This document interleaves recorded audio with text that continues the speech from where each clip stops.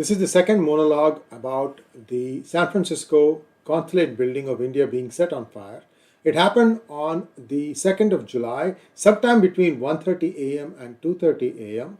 And we have already explained to you, we have shown you the video where we could see at least three individuals, and we have some more information, and I want to share that with you. And we also have a bit of a slide deck here, just a couple of slides to explain to you how the law enforcement authorities could have tracked all this in no time at all.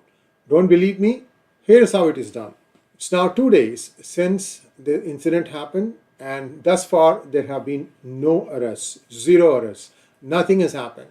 Well, given that this is happening in San Francisco, the capital of Silicon Valley, or one of the capitals of Silicon Valley, some might say San Jose is, they should be at least having all the technology at their fingertips to try and solve this problem.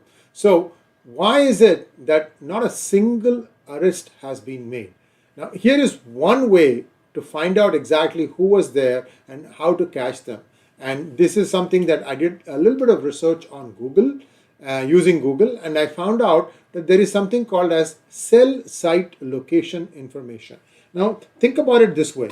You have you know what cell in a cell phone means, right? Cell means that it is an aggregator of all the calls coming in from a specific area inside on the geography. So it will be like typically they are shaped in the form of hexagonal cells, hex six dimension cells, and the cell phone, as it moves from one cell area to another cell area, is constantly beaconing back to the cell. So they know from your SIM card that you are in this particular cell zone.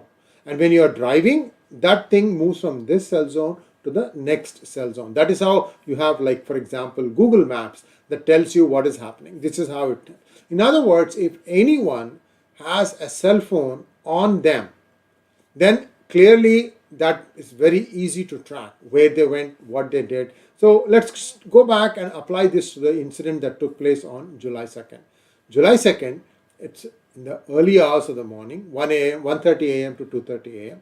And they can, that is the police department, the law and order department, can get hold of the data dump of the cell phone records of all the providers. Let's say there are 5 or 6 providers. I can count on my fingertips. AT&T, Verizon, T-Mobile, and a few other smaller players.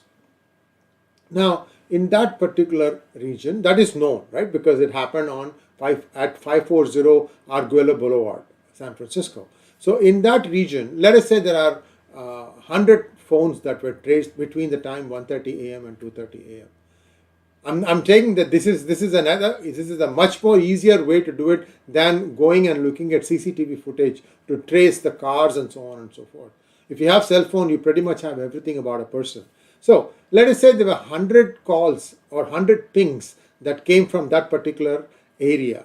Let us say 80 of those are people who are the residents of that area. They may be sleeping, their phones may be in their bedrooms, and they may be constantly pinging back.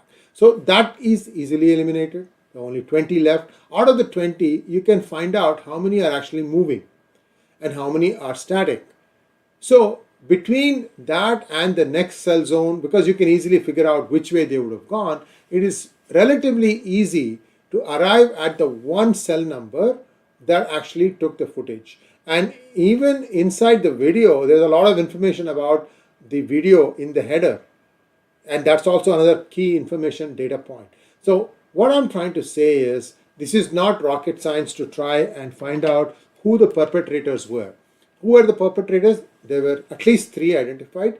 Now we have additional information. They are all sardars. Their pagdis are seen.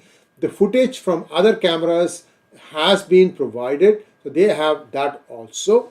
And not only that, the way they went about doing this thing, they found a spray can that is a fire accelerant, and they sprayed it on some, whenever you have something like a carpet for stepping mat, something like that, there's some old stuff available lying around there. What they did was they sprayed on it and they set it on fire. Fire department of San Francisco came and extinguished it in no time at all. So no damage done to the main structure. But the deed is a deed. Now, what makes them think that they can get away with it? Well, something like this. 36 hours have elapsed, not a single arrest. What exactly is the San Francisco Police Department doing? What is the FBI doing? The Federal Bureau of Investigation. Surely they have tools that are much beyond what I'm explaining to you here. They may be able to look at the IMEI number of the cell phone, the SIM records.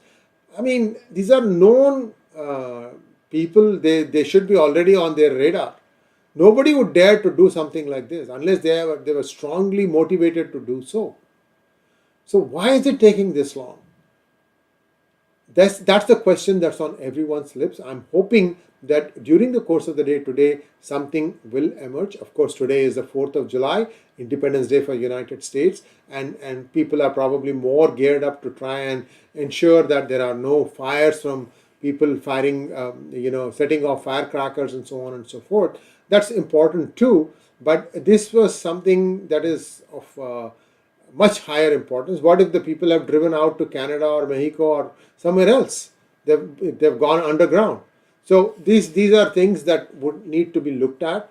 What if they are changing SIM cards? That's also a possibility. Whatever it is, if you look at any of the news organizations, that if you look at San Francisco Police Department news, I can't find anything about this. Nothing. And whatever coverage that has happened is basically out of primary source, which is mine, as well as one TV channel out of the Bay Area. Everybody else has essentially taken that and regurgitated from there.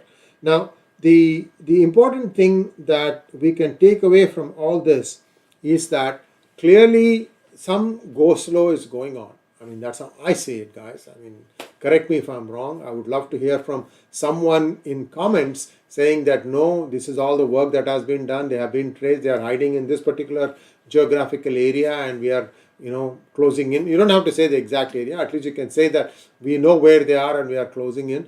This is a serious crime committed on Indian property, and it requires that serious attention for solving this thing as quickly as possible. Now I'm also hearing, in fact I've seen this poster, on July 8th they are going to do the same exact thing in Melbourne, Australia. You see now, US, Canada, and now Australia. So this will just keep on going unless you firmly and completely root all these miscreants. I hope the law and order authorities in the United States are paying attention and that they will act quickly.